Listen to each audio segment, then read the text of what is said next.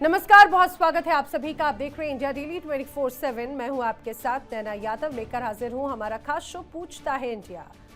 बात दलाल पाकिस्तान की दगाबाजी की। पाकिस्तान एक और तो सऊदी अरब अपने जवान तैनात कर रहा है, फाइटर जेट्स भेज रहा है, और दूसरी ओर ईरान के साथ में बातचीत का दिखावा भी कर रहा है। अब सवाल ये खड़े हो रहे हैं कि क्या मुनीर और शहबाज मिलकर किसी बड़ी साजिश को अंजाम देने की कोशिश कर रहे हैं। दरअसल ये सवाल इसीलिए और अहम हो जाते हैं क्योंकि मिडिल ईस्ट के इस तनाव की वजह से पूरी दुनिया परेशान है, और इस तनाव की जद में पूरी दुनिया कहीं ना कहीं है। लोग उम्मीद देख रहे हैं, उम्मीद से कि आखिर मिडिल ईस्ट की ये आग कब बुझेगी। लेकिन कोई है जो एक तरफ हाथ में पानी का एक तरह से संकेत देता है, लेकिन असल में वो उस आग को बढ़ाने का काम कर रहा है, और वो है पाकिस्तान। कैसे बताएंगे आपको इसका हर एक पहलू।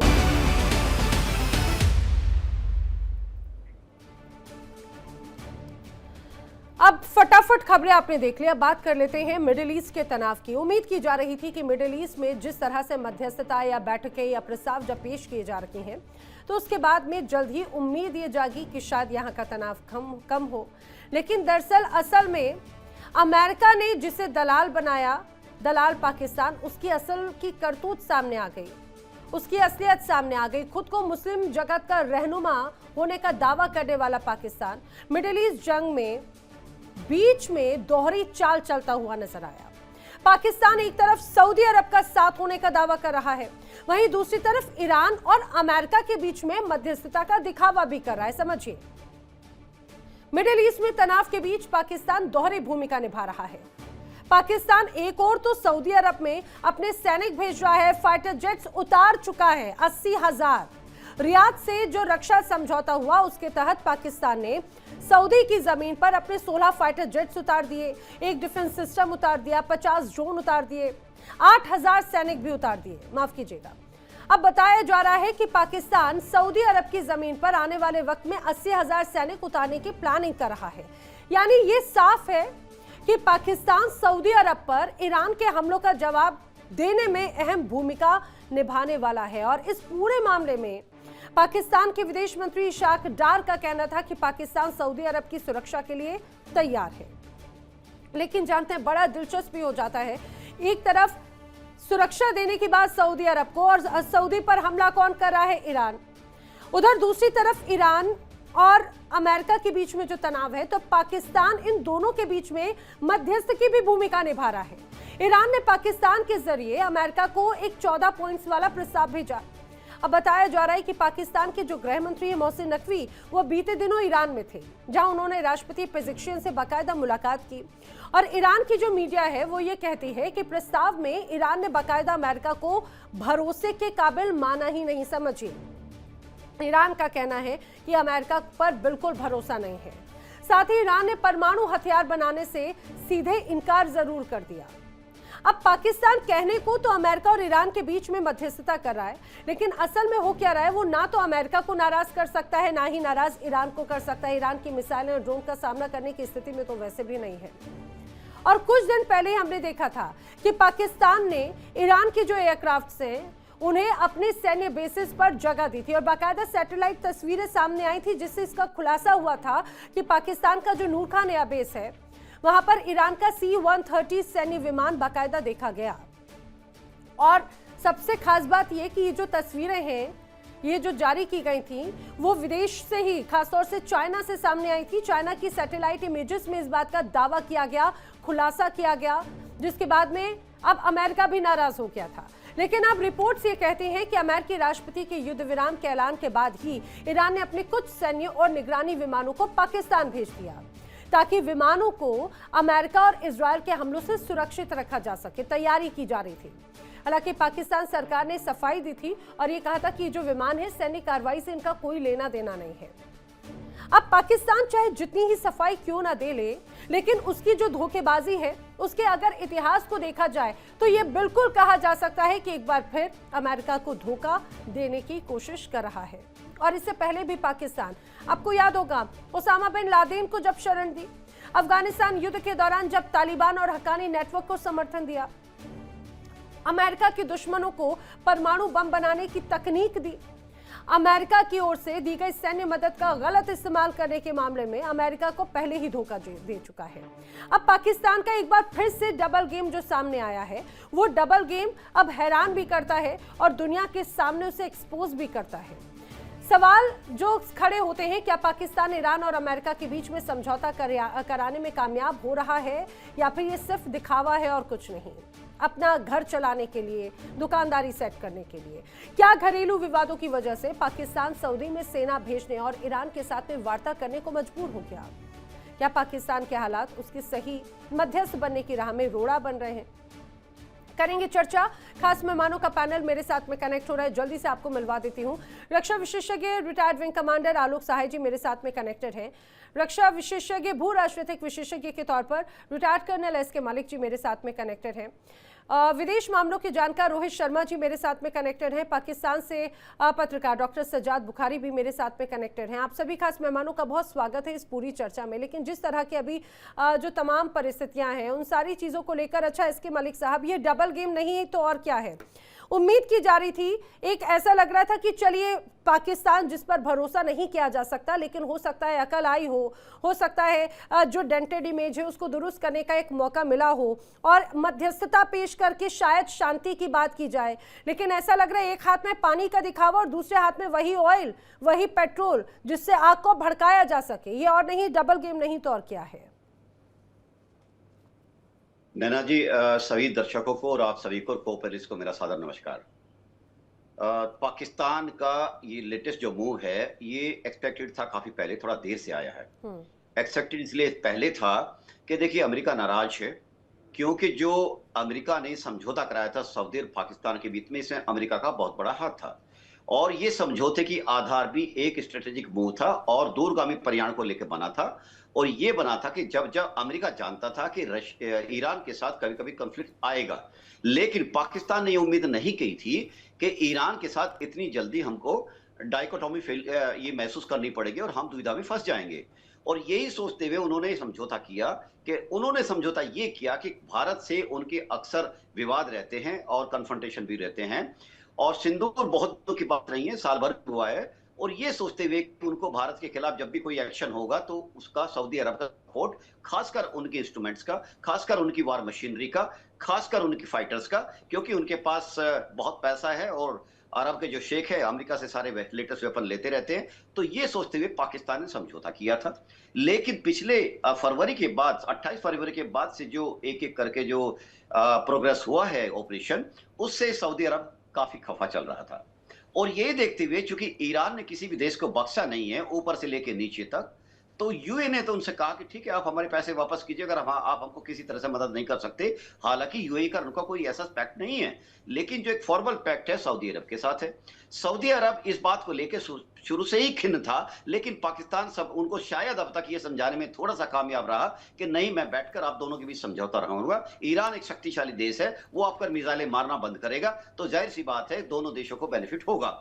इसी बात को लेते हुए अगर अरागची साहब अब तक उनकी भूल में फंसे रहे और एक तरह देखा जाए उनके झांसे में आते रहे, दौर चला बातचीत का, दौर चला शांति वार्ता का, निकला क्या? ढाक के 3 बात। और ये निकलना था और जो जानकार लोग हैं उनको पता था ये चीज, लेकिन पता नहीं कुछ लोग थे कि जो शायद इस गलतफहमी में थे कि पाकिस्तान को कुछ शांति समझौता में कुछ महत्वपूर्ण भूमिका नहीं, क्योंकि भूमिका तब निभाए ना, एक स्टैंडिंग होनी चाहिए जो मीडिएटर होता है। अमेरिका इनको अपने हिसाब से टूल की तरह इस्तेमाल करता है, पैसा देता है, आईएम से निकालता है, एफएटीएफ से निकालता है, ग्रेली से निकलवाता है और उनको एक तरह से अपने टूल की तरह इस्तेमाल करता रहा है। कोई नई बात नहीं है, बल्कि मैं ये कहूं कि पाकिस्तान अमेरिका की एक छाया है, शेडो है। अमेरिका ने भी तो यही कहा था कि हमारे लिए गुड टेररिस्ट कोई टेररिस्ट ही नहीं जब तक उनके ट्विन टावर ध्वस्त नहीं हो गए। उसके बाद उसको अकल आई, उसके बाद बोलने लगा कि yes terrorism is a serious issue. और यही बात पाकिस्तान चलता रहा है। पाकिस्तान का काम है पैसा लेना और पैसे लेके अपनी चीजों को, अपने एजेंडों को आगे चलाते रहना। अभी भी मैं कहूंगा ये कोई, मुझे नहीं लगता ये उनके मसौदे का या जो उनके बीच में समझौता हुआ उसका पाकिस्तान उसका पालन कर रहा है। देखिए पाकिस्तान ने अपने वहां पे तैयारों को और जो अपने उनके GF-17 के हैं और 8000 फौजी उनको किराए पे दिया है। मैं इसलिए कह रहा हूं कि खबरें ये बिल्कुल साफ पुष्ट है कि सऊदी अरबिया उनका मेंटेनेंस खर्च सारा वही देगा जब तक कि ये लोग वहां पर डिप्लॉय रहेंगे। तो इस डिप्लॉयमेंट के तहत पूरा का पूरा एक्सपेंसेस वो सऊदी अरब के हेड में जाने वाला है, वहां के बजट में ठीक हेड है, में एक जाने बार वाला अब है। मैं जल्दी से इसी का ही जवाब एक बार सज्जाद से भी ले लेती हूँ। सज्जाद, एक तरफ आप ईरान को अपना भाई कहते हैं, ठीक है, सऊदी के साथ में आपका पैक्ट है, लेकिन ये डबल गेम आखिर कैसा?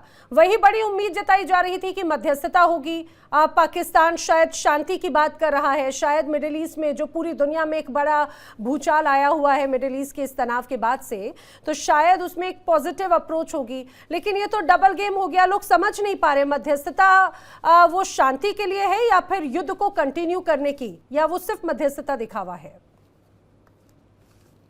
नैना, बहुत शुक्रिया, आदाब अर्ज़ है। आप पाकिस्तान यानी इस्लामाबाद और रियाज के दरमियान जो डिफेंस पैक्ट की बात कर रही हैं, तो मैं ये चाहूंगा कि मलिक साहब थोड़ा सा पस मंजर और तारीख को जो है वो पढ़कर आप आएंगे तो बड़ा अच्छा आप तज्जिया कर सकेंगे। पाकिस्तान और सऊदी अरेबिया के दरमियान जो है वो सिर्फ एक सिफारती ताल्लुकात नहीं है, बल्कि आपको ये पता होना चाहिए हमारे लिए हरीमैन शरीफैन की हुर्मत जो है वो अपनी जान से भी ज्यादा हमें अजीज है। और आपको भी पता है कि पूरी दुनिया और अगर आप तारीख का बोल रहे हैं सज्जाद, तो शायद वही है कि 17 सितंबर 2025 को strategic mutual defence pact sign हुआ। उसमें लिखा है aggression against one is aggression against both, basically, right?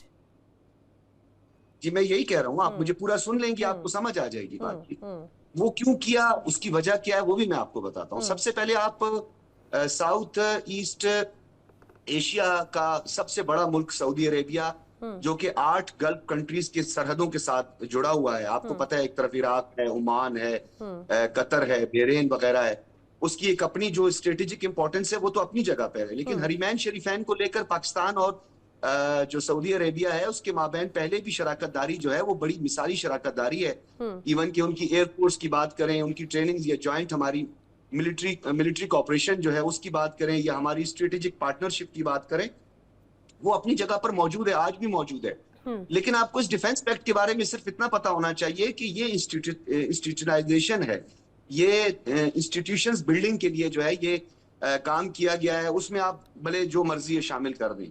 तो ये स्पेसिफिक जो है हमें उन खतरात के लिए जो कि आपकी फादरलैंड से खतरा है, उस फादरलैंड के लिए हमने बंदोबस्त किया। और आप भी अब करीब आ गए हैं, क्योंकि आप अपनी पिटाई से तो बच नहीं सके, तो आपने सोचा कि अभी हम यूएई के साथ फादरलैंड, वही फादरलैंड ना सज्जाद, जिनके साथ में अब आप भी एक तरफ सऊदी के साथ में डिफेंस पैक्ट, दूसरी वही फादरलैंड जिसके साथ में स्टेबलाइजेशन फोर्स का आप हिस्सा बन रहे हैं, उसी आप अपने तमाम जो फिलिस्तीनी भाई हैं उन्हीं के खिलाफ हथियार उठाने के लिए, वही फादरलैंड। देखिए, अभी आपने खुद ही एडमिट कर दिया कि स्टेबलाइजेशन फोर्स है ना, मिलिट्री फोर्स तो नहीं है। तो स्टेबलाइजेशन फोर्स का पाकिस्तान पार्ट है। शब्दों में ना खेले सज्जाद, सब शब्दों में ना खेले, आप भी पत्रकार हैं, मैं भी पत्रकार हूं, शब्दों में ना खेले। मैं आपको शब्दों में नहीं खेल रहा, आपने खुद कहा कि नहीं कहा कि अमन के लिए पाकिस्तान स्टेबलाइजेशन फोर्स है कि नहीं, आपने खुद तो हथियार उठाएंगे अमन के लिए? नहीं तो स्टेबलाइजेशन आप तो इजराइल के अगेंस्ट है शुरू से, आप उसी इजराइल का हिस्सा बनेंगे ना फिर तो? बिल्कुल है। मैं आज कहता हूं, मैं पाकिस्तान से बैठ के आपको यहाँ पे कहता हूं, मुझे किसी का खौफ नहीं है। नापाक रियासत है, नाजायज रियासत है, उसको कोई तस्लीम नहीं करता। वो काबिज है यूरोप से और कहां से उन्होंने कचरा जमा करके आके जो है गजा के और फलस्तीनियों की जो है जमीन पर उन्होंने कब्जा किया हुआ है। अक़वाम मुत्तहिदा की मुतादिद रेजोल्यूशन मौजूद है, मुतादिद ममालिक ने उनको आज तक एक्सेप्ट भी नहीं किया है। तो पाकिस्तान जो है वो तो अपने पासपोर्ट पर मेंशन करता है कि हम इजराइल को किसी सूरत में बतौर रियासत तस्लीम नहीं करते। और हमें जब मौका मिलेगा इजराइल की ठुकाई के लिए, तो अभी हम थोड़े और भी करीब आ गए हैं, तो हम आपकी फादरलैंड की भी ठुकाई करेंगे, और आप हमारे थोड़े और भी करीब आ गए हैं, तो यहाँ पर भी हम आपकी ठुकाई कर देंगे।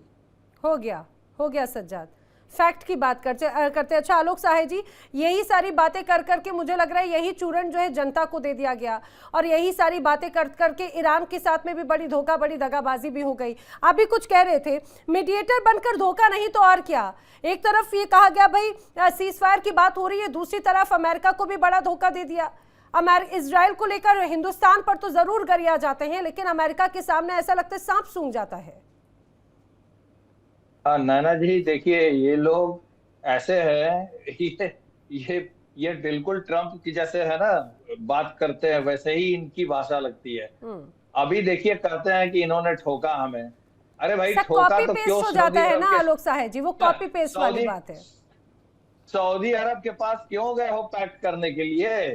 किस बात का डर है तुमको? किस बात का डर है? क्यों डर रहे हो भाई? हम कुछ नहीं करेंगे, चिंता नहीं करो। और दूसरी बात जो इजराइल की कह रहे हैं ना कि इजराइल कितने लोगों को मार रहा है और वो नाजायज कंट्री है, नाजायज, अरे उससे ज्यादा तो जियाउल हक ने मुसलमानों को मार दिया। 1984 में जियाउल हक ने क्या किया अहमदिया मुसलमानों के साथ। 1988 में गिलगित में मैसाकर जो हुआ शियाओं का, किसने किया? अरे आप इतिहास उठा के देखो, जियाउल हक के समय में कितने लोग मारे गए। $100 मिलियन हम नहीं कर रहे हैं। एक मिनट सुनिए, अच्छा सुनिए, मुझे कॉल दीजिए। आपको किसने मारा था? आपका समय आएगा, आप बोलिएगा। आपका समय आएगा, आप बोलिएगा। आपको समय आएगा, आप बोलिएगा। तो $100 million per year middle east से यहाँ पर जितने भी जिहादी ग्रुप हैं उनको पैसा आता है पाकिस्तान में। ये हमारा रिपोर्ट नहीं बोल रहा है, हमारा रिपोर्ट नहीं है ये इंटरनेशनल रिपोर्ट है। आप गूगल पे जाके चेक कर लें। कहां से पैसा? मिडिल ईस्ट से, मिडिल ईस्ट के डिफरेंट कंट्री से आता है। ईरान अपने शिया गुट को सपोर्ट करता है, सऊदी अरेबिया और जो सुन्नी कंट्री है वो इनको सपोर्ट करते हैं। कंट्री का नाम, कंट्री का नाम। भाई साहब ये मेरा रिपोर्ट नहीं है, आप गूगल में रोहित शर्मा सरेंडर भी लगा के साथ आओ, मेरा मुकाबला नहीं कर सकते जितनी तैयारी करके आए। अरे मैं कह रहा हूँ इन्हीं फिलिस्तीनियों को मारा था जियाउल हक ने। आप शायद इतिहास नहीं जानते, तारीख आपको पढ़नी चाहिए। बात नहीं कर सकते, बात तो आपसे करने का किसी का मूड भी नहीं है। मैं ये बोल रहा हूँ भाई साहब, आप सऊदी अरेबिया में करते क्या थे? आप बोल रहे अमन की, आप चौकीदारी करते थे। हमारी जो कॉलोनी है उसके बाद एक चौकीदार बैठा होता है, तनख्वाह लेता है ना। आप भी ऐसे ही पैसे लेकर के उनके क्रिकेट स्टेडियम्स और उनकी मक्का मदीना की चौकीदारी कर रहे थे, और कुछ नहीं कर रहे थे। इन्होंने रोहित शर्मा रखा है, उसने भी बताया नहीं, चौकीदारी नहीं करते थे। अच्छा ठीक है, एक एक नहीं देखिए ये बात करने आ रही हूँ रोहित जी, आ रही हूँ, एक बार आ रही हूँ साहिल सर की बात करिए। ठीक है सजाद सुनिए जी जी जी। तो थोड़ा सा हमारे भाई जो है भारत वाले थोड़ा सा गलत बोल गए। सिर्फ चौकीदारी नहीं करते थे और भी काम करते थे। वहां भीख मांगते थे, जो हटाया गया ना, इतने भीख मंगों को हटाया गया। सऊदी अरेबिया ने वहां से मार के डिपोर्ट किया जहाज में भर के, और उसके बाद ये टैग लगा दिया कि भीख मंगों का। तब एक सर्वे किया गया कि एक और बात, बड़ी बात ये कि क्या यही वजह है कि बहुत लंबे वक्त से तो लगातार सऊदी अरब याद दिला रहा था ना पाकिस्तान को, अरे भाई वो पैक्ट का क्या हुआ, यहाँ पर हमले हो रहे हैं। जब पाकिस्तान के सामने बड़ी एक ये कंडीशन थी कि वो किधर की तरफ रुख करें, तो पाकिस्तान को बड़ा झटका सऊदी ने दे दिया। तो क्या और झटके ना लगे उसके बाद में आखिरकार मजबूरी में एक्शन लिया है क्या ये? नैना जी देखिए, इनकी हालत पतली है। इधर भारत से डर रहे हैं, उधर ईरान से डर रहे हैं। ईरान से 900 किलोमीटर का इनका बॉर्डर लगता है, और शिया मुस्लिम जो बॉर्डर वाले हैं ना, ये इनके खिलाफ झंडा लेके खड़े हो गए हैं। बलूचिस्तान में कब ईरान साथ मिल करके इनको चढ़ बैठेगा, इनको पता नहीं है। इसीलिए इन्होंने पैक्ट किया है। ये दोनों तरफ से पिटे नहीं, इसके लिए सऊदी अरब के शरण में गए हैं। और वहां पर जितने भी ये शिया सुन्नी और जो इराक और दूसरे कंट्रीज में, सीरिया और इराक में, जो सेक्टेरियन गवर्नमेंट वहां चल रहे हैं ना, सेक्टेरियन ग्रुप्स हैं, हिम्मत करेंगे। उसका असर पाकिस्तान पर भी आना शुरू हो गया है। पाकिस्तान में इनके फंड को आप उनको जो फंड लेने दे रहे हो ना, ये आप ही को डसेगा एक दिन। $100 मिलियन जो वहां से आ रहा है वो आप ही को डसेगा, और डसना शुरू हो चुका है। तहरीके तालिबान पाकिस्तान क्या कर रहा है? किसको डस रहा है? हिंदुस्तान को नहीं डस रहा है, ये आपको डस रहा है। वहां के जितने जिहादी ग्रुप है वो किसको मार रहे हैं? आपको मार रहे हैं। बलूचिस्तान आपको मार रहा है, पश्तून आपको मार रहा है, ईरान से आपको डर लग रहा है। नॉट जहादी, फसादी, प्रॉक्सी, बताइए नॉट जहादी। आप ये बताइए कि सिया सुन्नी का जो लड़ाई हो रहा है उसमें कि आपने क्या हिंद में आपको नजर आएंगे जहादी? जहादी आपको ग़ज़वतुल हिंद में नजर आएंगे। आपने शियाओं का जहादी आपको ग़ज़वतुल हिंद में नजर आएंगे। और इसके लिए ईरान काफी नाराज था, और यही कारण है कि जब साथ देने की बात आई तो आप ईरान के गोद में ले जाकर नहीं बैठे, आप सऊदी अरेबिया के गोद में बैठ गए। अच्छा साहिल सर की बात तो एक बड़ी वाजिब है। आप मुझे जल्दी से इस बात का एक शॉर्ट में रिएक्शन दीजिएगा। सज्जाद, फिर मैं उस्मान अहमद भी मेरे साथ कनेक्ट हो चुके हैं, आपका भी बहुत शुक्रिया, आपका भी बहुत स्वागत है। अच्छा सज्जाद, एक बात मुझे जल्दी से बताइए, अगर मान लीजिए अभी दोबारा ऐसी परिस्थिति बन गई तो आपके जो बड़े बड़े एयरक्राफ्ट वहां पर तैनात हैं, जिसमें JF-17 है, JF-17 सऊदी के लिए उड़ान भरेगा या फिर आपके भाई ईरान की तरफ रुख कर लेगा? किधर की तरफ जाएगा? JF-17 थंडर जो है वो तो वैसे भी आपके लिए एक डरावना ख्वाब है, क्योंकि आपके पायलट्स दुबई के एयर शो में उससे पपियां ले रहे थे, हमारे JF-17 थंडर से सेल्फियां भी ले रहे थे, वो आपको, मुझे पता है वो आपको बहुत पसंद है। तो JF-17 का मौका जो है एक दफा मई में मिला था। सऊदी के इंडिया के लिए आएगा, अगर इंडिया के लिए आए तो सऊदी में क्यों भेजा भाई, यही रखते ना, पास में हम थे आपस भाई में। को बिठाया हुआ, इनको जरा चुप करवा दें एक दफा, जो इनको आपने जबरदस्ती बिठाया अच्छा, हुआ है। आप मुझे तो बता दीजिए, आपके जो फाइटर जेट्स हैं, अगर परिस्थिति बनी तो सऊदी के लिए जाएगा या भाई भाई वाले आपके ईरान की तरफ जाएगा? जी, हमें अगर जरूरत पड़ी, हरीमैन शरीफैन का जहां पे मामला आया, जो हरीमैन शरीफैन की तरफ बढ़ा, चाहे वो कोई भी हुआ, उसकी ठुकाई होगी। हमने हरीमैन शरीफैन, और आपको मैं फिर ये बता रहा हूं, हमारा रियाज के साथ डिफेंस पैक्ट आपकी फादरलैंड की दुर्गत और ठुकाई की। उबर पे कभी आपने हायर की है? ओला उबर टैक्सी हायर की है? तो जब आप उसे हायर करती हैं उस समय वो आपकी हो जाती है, जहां आप बोलेंगी वहां जाएगी। अच्छा, मतलब कोई इनके JF-17 की हालत है, आप हायर करिए उसमें। मिलिट्री ये तो सिर्फ टैक्सी ड्राइवर है, ये टैक्सी चला रहे हैं, ये तो जहां वो बोलेंगे JF-17 वहां जाएगा, उसका पैसा दे रहा है वो। आप ओला उबर आप भी हायर करती हो ना? रोहित जी पहले ये जरा पूछ लीजिए, पाकिस्तान में ओला उबर चलता है या नहीं चलता? ये कहां से ढूंढ के लाती हैं यार नैना, कुछ तो ख्याल रखिए, कहां से आप ढूंढ के लाती हैं। इनको छोड़े, ये वहां पे पानी पूरी का कारोबार करते हैं, इनको लाके आपने हो सकता है गलत एग्जांपल दे दिया। साजिद भाई एक बात बता दूं, आप, मेरा नाम रोहित शर्मा है और मुझे अच्छी तरह से पहचान लीजिए।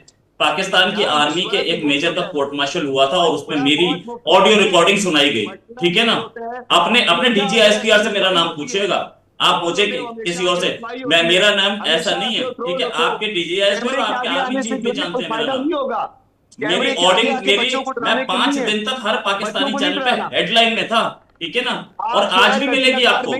मेजर का नाम आदिल राजा था, आदिल राजा का कोर्ट मार्शल मेरी ही रिकॉर्डिंग सुनवा के किया गया था। तो मुझे मत बताइए कि कहां से ढूंढ कर आता, मुझे ढूंढ चाहिए। रोहित शर्मा वैसे बड़े बड़े धुआंधार होते हैं, खेल के मैदान पर हो वहां पर भी जो चौके चक्के लगाकर कहीं ना कहीं बैंड बजा देते हैं, टीवी पर भी वही ऐसे ही कर दे रहे हैं। अच्छा रोहित शर्मा जी, जल्दी से फिर मैं उस्मान का भी रुख करूं, आपका रिएक्शन में ये डबल गेम नहीं तो और क्या? और एक बार फिर से लोग सवाल पूछने लगे हैं, क्या पाकिस्तान पे भरोसा करना है और किस वाले पाकिस्तान पे भरोसा करना है? वो पाकिस्तान जो एक तरह से डाकिए का काम कर रहा है, ईरान और अमेरिका के बीच में भाई भाई वाला प्रेम दिखाते हुए, वो पाकिस्तान जिसकी सीमा 900 किलोमीटर है, या वो पाकिस्तान जिसने बड़ा लोन ले रखा सऊदी अरब से, सऊदी अरब ने आंखें दिखाई तो मजबूरी में अपनी सेना भेजी? किस पाकिस्तान पर भरोसा करना है आखिर? भरोसे के लायक पाकिस्तान है क्या? एक चीज, अमेरिका के लिए अमेरिका के उस समय एम्बेसडर अफगानिस्तान में होते थे ज़िल्मे खलीलजाद, किताब लिखी और किताब में ये लिखा कि पाकिस्तान हमारा एलाय है या दुश्मन है। रीजन कि पाकिस्तान को जो इक्विपमेंट दिया जा रहा था तालिबान से लड़ने के लिए, वो तालिबान के पास से निकल रहा, ठीक है? ये रिकॉर्ड है और ज़िल्मे खलीलजाद आज भी जिंदा है, उन्होंने बोला। उसके बाद पाकिस्तान के अपने फॉर्मर ISI चीफ हामिद गुल, उन्होंने लिखा, उन्होंने खुद बोला, लिखा नहीं, उन्होंने बोला कि हमने अमेरिका की मदद से अमेरिका को अफगानिस्तान में हराया। किसके संगे? ये नहीं, चाइना, भाई साहब, चाइना जनरल मुशर्रफ का स्टेटमेंट है कि चाइना हमें बोलता है कि टेररिज्म पाकिस्तान से आ रहा है। जनरल मुशर्रफ ने प्रेस कॉन्फ्रेंस में बोला। ये किसके संगे? ये अपने में ही है। जिन अहमदी शिया बता देता हूं, जिन्ना शिया थे, उसी कंट्री में शिया काफिर नारे लग रहे हैं। ये जिन्ना के संगे, जिन्ना जिस समय डेथ के पास थे, उनकी एम्बुलेंस, ऐसी एम्बुलेंस भेजी गई जो ब्रेक डाउन हो गई। 1.5 घंटे तक भरी धूप में सड़क पे पड़े रहे जिन्ना, किसी ने सुध नहीं ली। ये किसके सगे? ये बताएंगे हमें? ये रिकॉर्ड्स पे है जो मैं बात कर रहा हूँ। जिन्ना को कोई, जिन्ना उस समय मरी गए हुए थे, मरने से, डेथ से करीबन 1 महीने पहले पाकिस्तान के प्राइम मिनिस्टर वहां पहुंचे, ये चेक करने के लिए पहुंचे कि मरने वाला है कि नहीं। किसी ने उनके इलाज की चिंता नहीं की। फिर उसके बाद कराची, उस समय कैपिटल होती थी, कराची लेके गए, एम्बुलेंस ऐसी दी गई जो कि ब्रेक डाउन कर, ब्रेक पे पैर रखो, उसके बाद तजिया ना, झूठी बातें ना करो। मैं जवाब देता हूं। नहीं, तारीख मैंने पूरी पढ़ी हुई है, तारीख मैंने पूरी पढ़ी है, आप नहीं पढ़ी होगी, अच्छी बात। अच्छा, मैं बता, झूठ बोल रहे हो, मैं भी पहले प्राइम मिनिस्टर लियाकत अली खान का मर्डर हुआ, असैसिनेशन हुआ, कोई आदमी नहीं पकड़ा गया, ठीक है? मैं अभी कितने प्राइम मिनिस्टर? अरे मैं अभी स्वस्थ करूंगा, जियाउल हक को प्रमोशन दिया जुल्फिकार अली भुट्टो ने। स्वस्थ करूंगा। अच्छा ठीक है सज्जाद, मैं आरिफ रोहित आपका भी रुक कर रही हूँ, लेकिन मैं एक बार उस्मान का यही बात जो है खासतौर से शिया पॉपुलेशन का जो जिक्र किया जा रहा है बड़ी खास हो जाती है। एक तरफ यहाँ पर पैक्ट के तहत आप सऊदी अरब की तरफ चले गए, बड़ी संख्या में शिया पॉपुलेशन है पाकिस्तान में, और 900 किलोमीटर की बड़ी एक तरह से आपकी सीमा रेखा कनेक्ट होती है ईरान के साथ में। अब अगर यहाँ पर नाराजगी जो अक्सर नजर आती है, एक बार फिर से अगर नाराजगी बढ़ेगी तो उसको क्या करके आप कंट्रोल करेंगे? ये किस तरह की आपकी स्ट्रेटेजिक आपकी प्लानिंग है? और दूसरी तरफ अगर यहाँ पे परेशानी अगर होगी तो क्या एक बार फिर से विदेशी ताकतों का आप रुख करेंगे, विदेशी ताकतों पर आप ठीकरा फोड़ेंगे, एक बार फिर से आप हिंदुस्तान का नाम बीच में घसीटेंगे जो आदत बन चुकी है? नैना जी, आपको पाकिस्तान की परेशानियों की पड़ी है, मुझे मणिपुर की परेशानियों की पड़ी है, कश्मीर की परेशानियों की जनाब आइए ना, मैं आपको लेकर चलूं मणिपुर। सुनिए, आइए, हमारे प्रधानमंत्री मणिपुर होकर आए, आपके प्रधानमंत्री आपके आसिम मुनीर को बलूचिस्तान में एंट्री तक नहीं है। वहां पे लोगों ने बाकायदा ये कहा है कि भाई अपना वीजा लेकर आएंगे आसिम मुनीर या शहबाज शरीफ अगर आए तो। नैना जी, आपका मसला ये है ना कि आप पढ़ती लिखती नहीं है, नहीं तो आज आप मीडिया देखें शहबाज शरीफ साहब और आसिम मुनीर आज कोयटा में बैठे हैं, कोयटा में बैठे हैं। नैना जी, आज इतने बड़े मीडिया चैनल पे बैठती हूँ, वो रिसर्च कर लिया करें वर्ड पाकिस्तान के अलावा। मैं आपको बता देती हूँ, मैं आपको रिसर्च बता देती हूँ उस्मान अहमद, मैं आपको रिसर्च बता देती हूँ। आपको रिसर्च करने की इसलिए जरूरत है, आप मणिपुर का राग अलापते रहते हैं, बड़ा खूबसूरत हिस्सा है हमारा। जम्मू कश्मीर बड़ा खूबसूरत हिस्सा है हमारा, आप बार बार मणिपुर और उस जगह अगर आप जम्मू कश्मीर का जिक्र, अरे सज्जाद रुकी, मैं जानती हूँ वही आपकी दुखती रग है।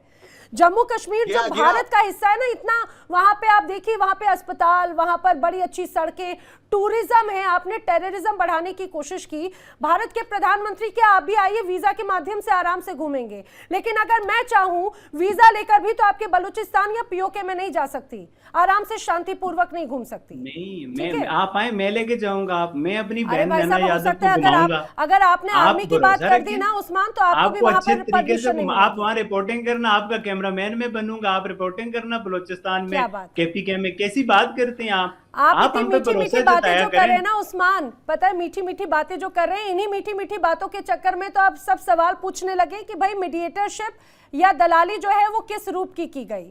आपने बड़ा धोखा दे दिया एक बार फिर से ईरान को।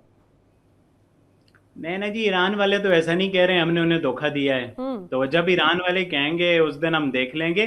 बाकी जो आपकी बात है, जो आप हमारी फिक्र करती रहती हैं, तो हमें पता है आप लोग हमारी फिक्र करते हैं, अच्छी बात है, अच्छे पड़ोसी होने का आप सबूत देते हैं। तो हम ये डेफिनेटली बड़ी क्लैरिटी है कि हम सऊदी अरेबिया के साथ खड़े होंगे, हम सऊदी अरेबिया के साथ खड़े हैं, ये बड़ी क्लैरिटी के साथ खड़े हैं। इसी वजह से पाकिस्तान के सोल्जर वहां पर हैं, जेट्स वहां पर हैं, और पाकिस्तान ने ये बात ईरान को भी बताई है कि अगर कोई ऐसी सिचुएशन आई तो हम सऊदी अरेबिया को चूज करेंगे, बट उसके अपने कॉन्सिक्वेंसेस हैं। जिस तरह से आप बता रही हैं कि हमारा बॉर्डर ईरान के साथ लगता है, तो फिर ईरान के जो मिसाइल जाते हैं सऊदी अरेबिया और बाकी जगहों पे, तो वो पाकिस्तान पर भी आ सकते हैं। तो ये जो आप हमारी फिक्र करती रहती हैं, तो अच्छी फिक्र करती हैं, मैं आपकी इस फिक्र में। उस्मान, मुझे बड़ा अच्छा लगा कि एटलीस्ट आपने इस बात को स्वीकार किया, बहुत क्लियर कट, कि देखिए कि आप सऊदी अरेबिया के साथ में हैं, ईरान के साथ में, वही तो बात है, डबल गेम हो गया ना। अच्छा, मुझे एक बात जल्दी से बता दीजिए, तो ये नाराजगी फिर दिखावा क्या है? आखिर जो पैक्ट है वो दिखावा है, आपने सेना भेजी वो दिखावा है,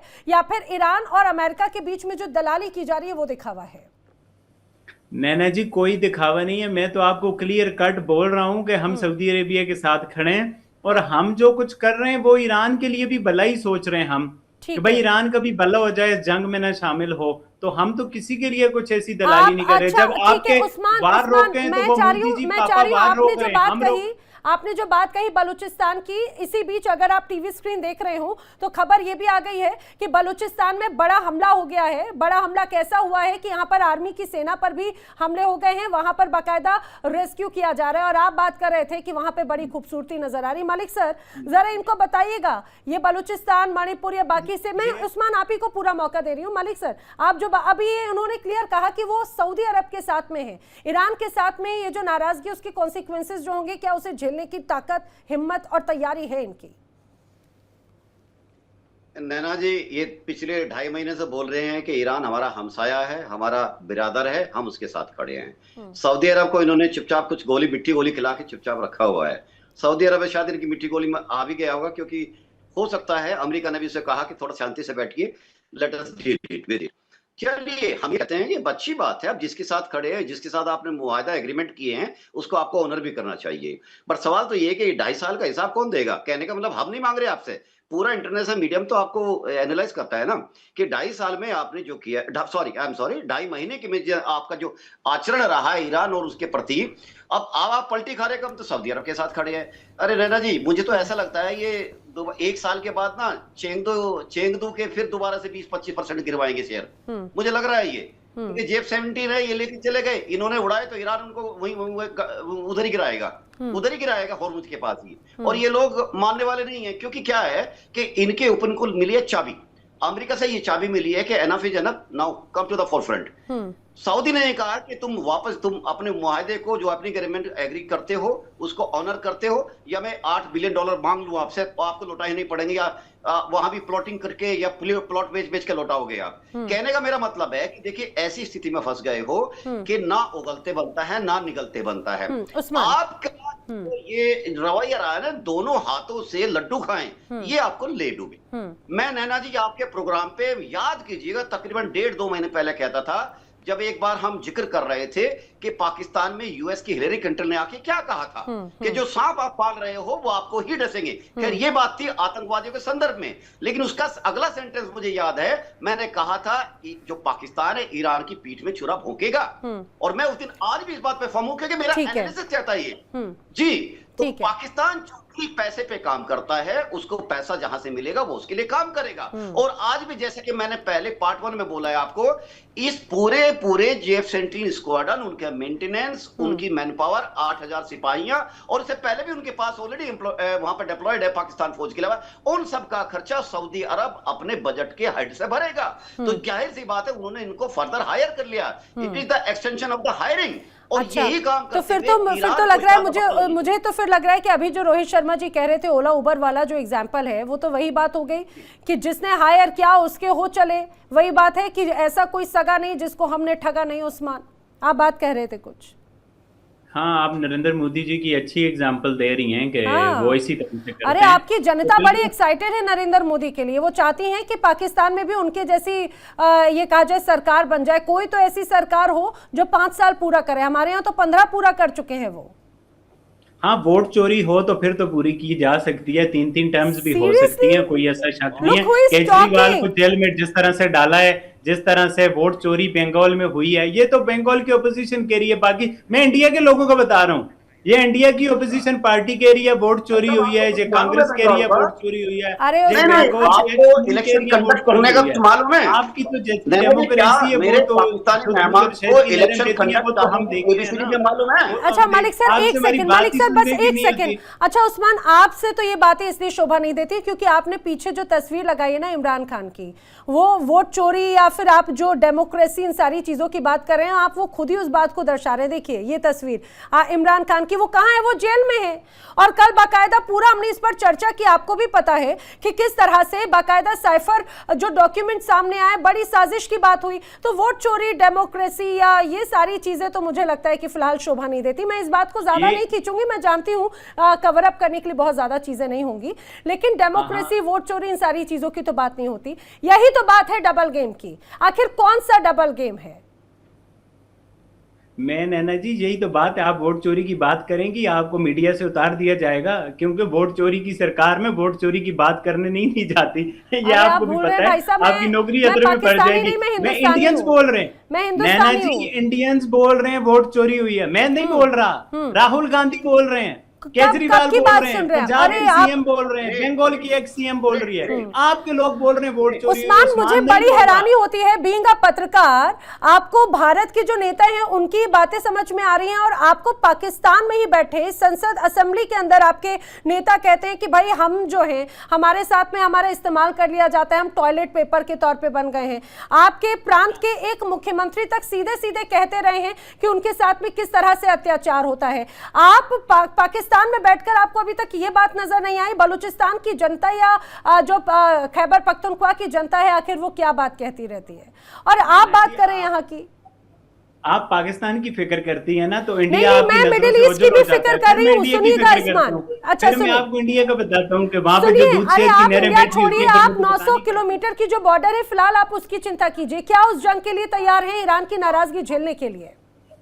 ये आपका अच्छा सवाल है, आपने कोई पहला बार जिंदगी में अच्छा सवाल किया है। तो चलिए, ये सीख बिल्कुल रहे हैं। इंटरेस्टिंग है। अफगानिस्तान के साथ जो हमारे हालात हैं वो बॉर्डर भी इतना सिक्योर नहीं है, वहां पर भी जो है ना काफी सारे इश्यूज हैं, काफी चैलेंजेस हैं वहां पर, और जहां पर भी हमें चैलेंजेस होंगे तो इसी वजह से हम मेडिएशन कर रहे हैं ईरान के साथ, कि हम ये चाहते हैं ये वार ना हो।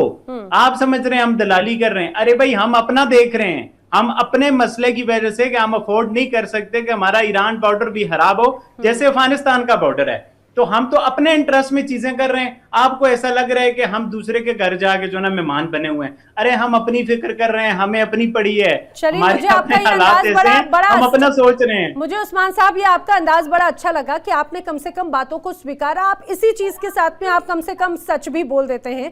अच्छा साहिर सर, ये एटलीस्ट उस्मान मान रहे हैं कि भाई हम अपना भला देख रहे हैं, जो परिस्थितियां हैं वो सारी चीजें छोड़िए, फिलहाल अभी हम अपनी परिस्थिति देख रहे हैं। मैं आपका जवाब ले लूं। आप वो तो हर एक देश का अपोजिशन बोलता है, कौन सा देश का अपोजिशन नहीं बोलता, आप हमें बता दीजिए। आप हमको एक एग्जांपल बताइए कि भारत में अपोजिशन पार्टी के नेता को, वो भी प्राइम मिनिस्टरियल कैंडिडेट, छोड़िए चीफ मिनिस्टरियल कैंडिडेट को भी आप एक उदाहरण दे दीजिए भारत में कि इलेक्शन के समय उसको जेल में बंद कर दिया और लड़ने नहीं दिया।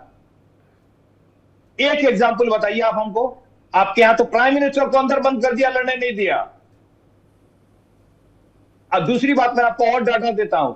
आप बता रहे हो ना कि सेक्टेरियन वायलेंस और मणिपुर का एग्जांपल दे रहे हो, अरे भैया तुलना कर लो, तुलना जाओ गूगल पे, आपका जो रिसर्च सेंटर है Islamabad based centre for research and security studies and Pakistan institute of conflict and security studies, वो बोल रहा है कि there has been an increase 34% increase in terrorist activities, terrorism related violence and deaths. पता है एक साल में आपके यहाँ कितने डेथ हुआ है? आपको पता नहीं है, मैं बताता हूं, गूगल पे जाइए आपको मिल जाएगा। 1034 डेथ हुए हैं पिछले एक साल में आपके यहाँ टेरर से रिलेटेड।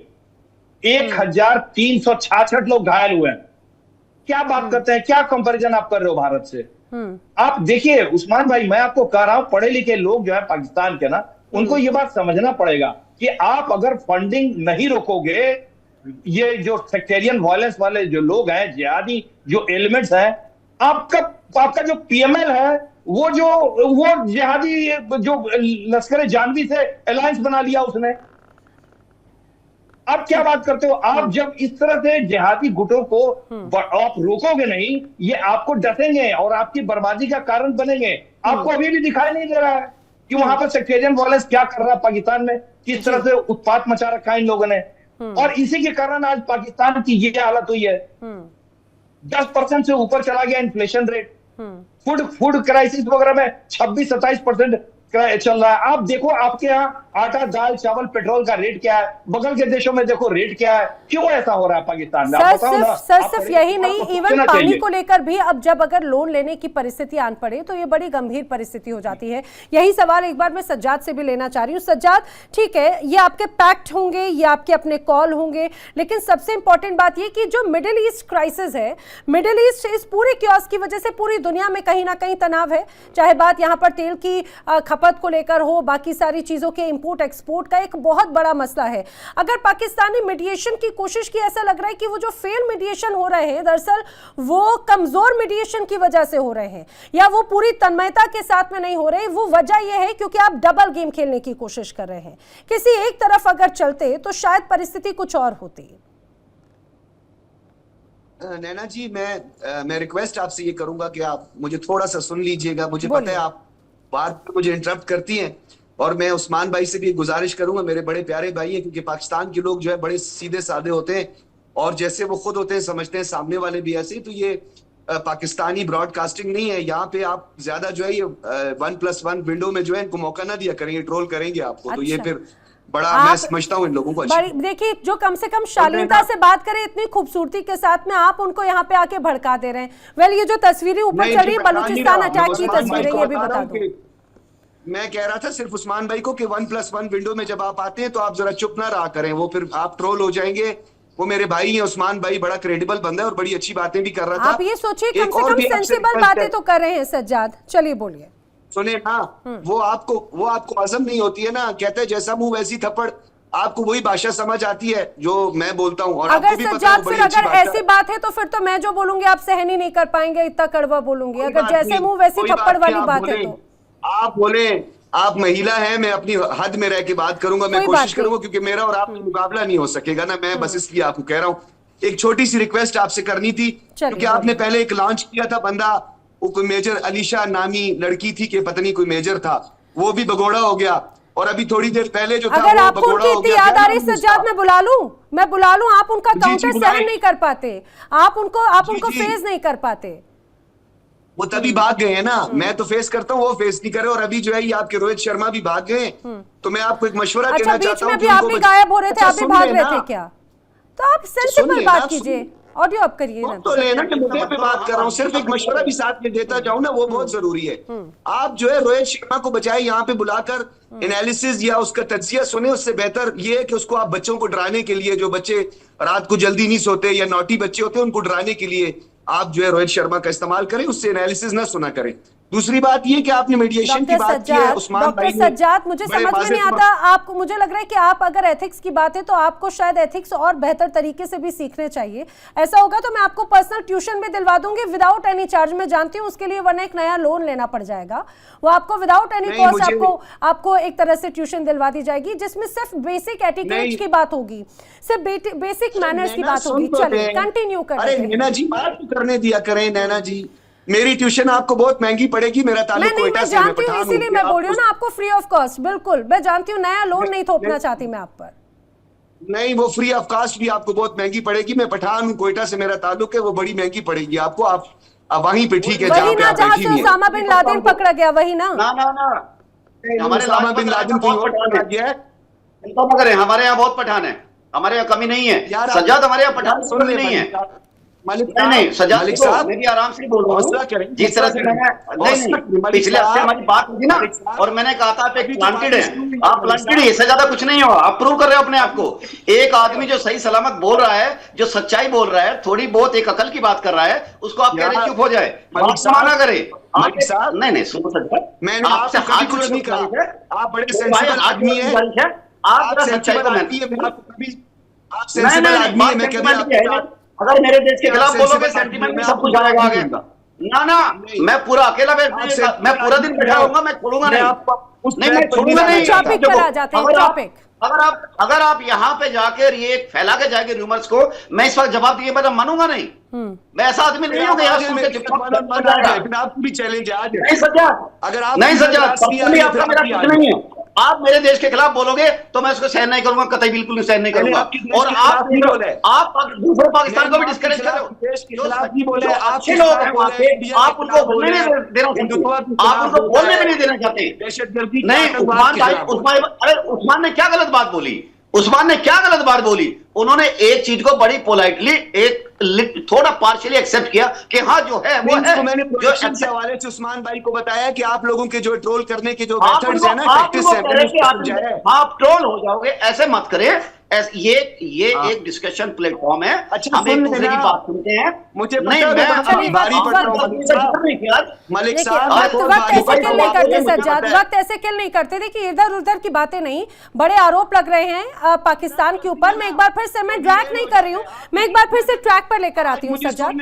अरे सुनिए तो, आपको मैंने इतना वक्त दिया, आप इधर उधर अलबल सारी चीजों को क्रिएट कर रहे हैं। मैं एक बार फिर से ट्रैफिक लेकर आती हूँ। अरे मैं आपको ट्रैक पर लेकर आती हूँ।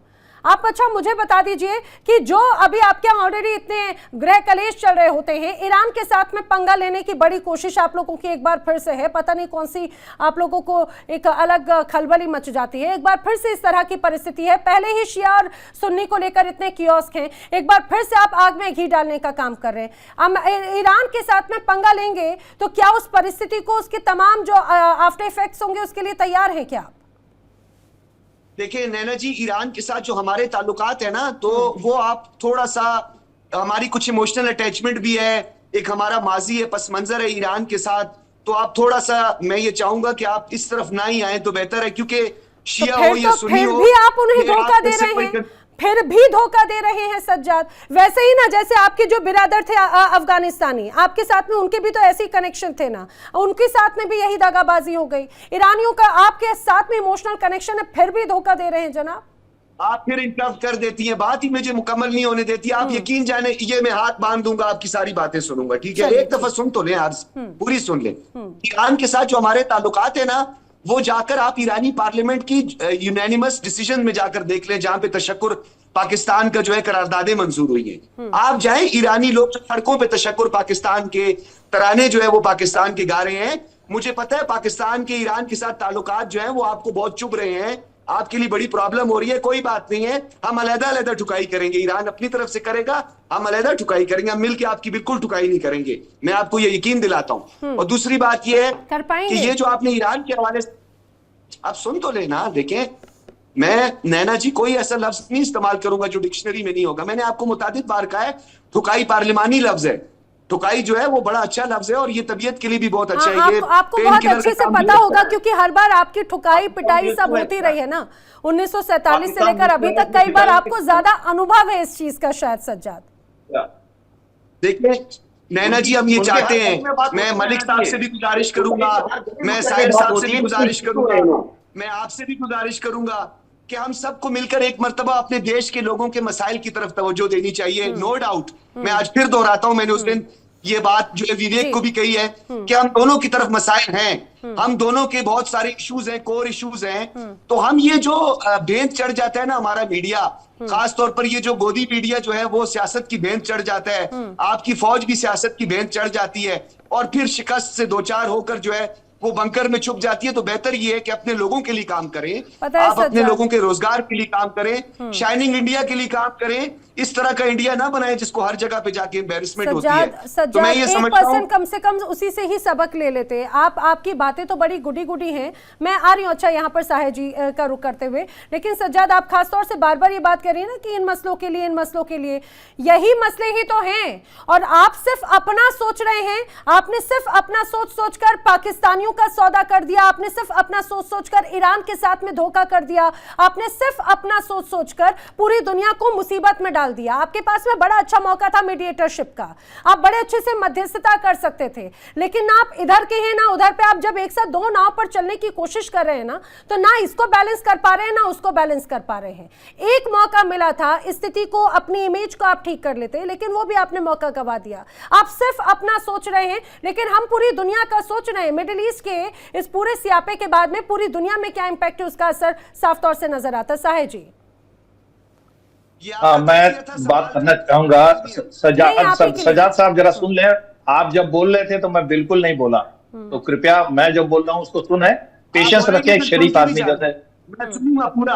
हाँ आपने फिर मुझे ठीक है, मैं आपसे दो ही विनती करना चाहता हूँ कि आपको जो ऑब्जेक्शन हो रहा है ना कि उस्मान साहब क्यों ऐसा बात कर रहे हैं, कल आपके एक जनरल साहब भी आए थे, आप उन दोनों के बात करने का लहजा देखिए, किस तरह से वो बात कर रहे थे, तमीज से बात कर रहे थे, दूसरे पर टॉन्ट नहीं कर रहे थे। आप टॉन्ट करेंगे, बदतमीजी से बात करेंगे तो दूसरा भी आपके ऊपर ऐसे ही करेगा।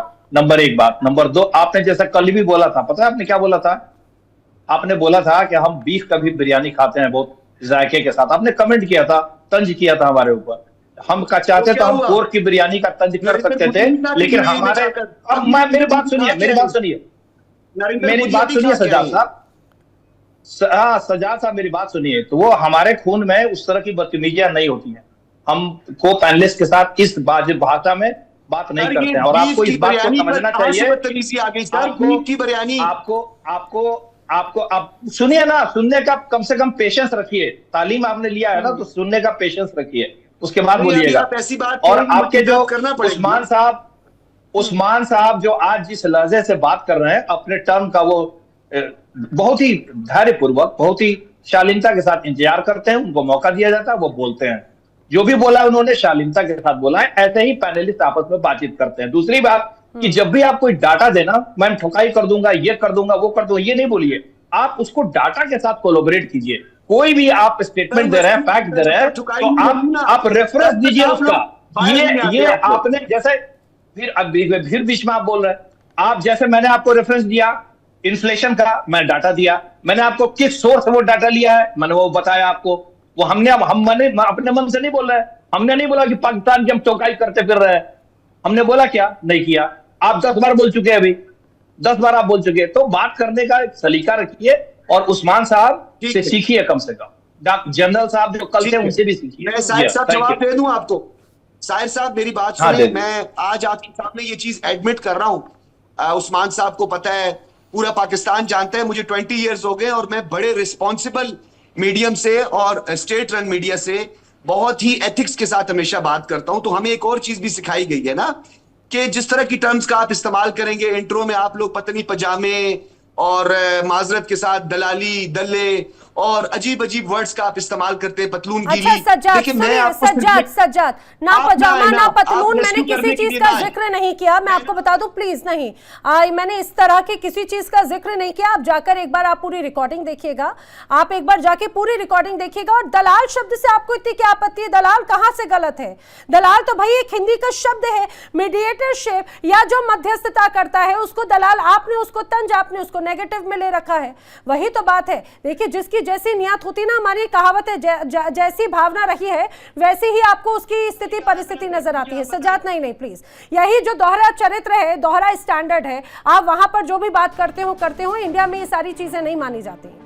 आप मेरे गेस्ट के साथ में बदतमीजी करते हैं, उस चीज को मैं हमेशा आपको अवॉइड करती हूँ, लेकिन हमेशा इस चीज को नहीं चलता है। सज्जाद, आप एथिक्स जरा सीखिएगा। और आप यहाँ पे मेरे जो दूसरे पैनलिस्ट साथी हैं, आप उनको भी भड़का रहे थे, तो ये आपके एटलीस्ट डिसेंट एथिकेट्स में तो नहीं आते। वेल, यही एक पाकिस्तान का दोहरा रवैया है। सऊदी में आप सेना भेजते हैं ईरान के खिलाफ, ईरान को आप मध्यस्थता की बात करते हैं। ये दोहरा रवैया नहीं तो धोखेबाजी नहीं तो और क्या है? आप सभी मेरे साथ इस चर्चा में शामिल हुए, आप सभी का बहुत बहुत शुक्रिया। वक्त इतना ही था और यहाँ पर वक्त एक ब्रेक का। इंडिया डेली 24/7 अब आपके स्मार्ट टीवी पर भी मौजूद है। अब आप हमें लाइव देख सकते हैं इन सभी प्लेटफॉर्म्स पर। देखिए इंडिया डेली 24/7 अब आपके स्मार्ट टीवी पर। इंडिया डेली मौजूद है सभी डिजिटल प्लेटफॉर्म पर लाइव और लगातार। इंडिया डेली 24/7 हर दिन राष्ट्र को समर्पित।